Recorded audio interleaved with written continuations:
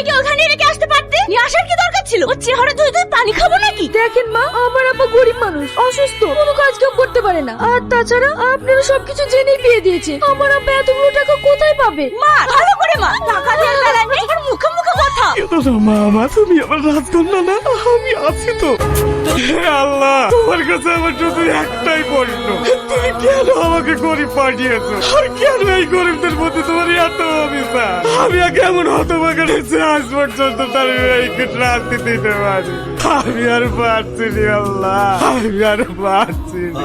আমি তো এখানেই রেখেছিলাম, ভালো করে খুঁজে দেখো। দেখেছিস তো জিনিসটা যাবে কোথায়? তোমার সাথে কিছু কথা ছিল। আপনাকে তো ঠিক চিনতে পারলাম না। আমি তোমার শ্বশুরের পরিচিত। কিছু বলবেন? হ্যাঁ, তোমার শ্বশুর 2 লক্ষ টাকা পাঠিয়েছে, ধরো।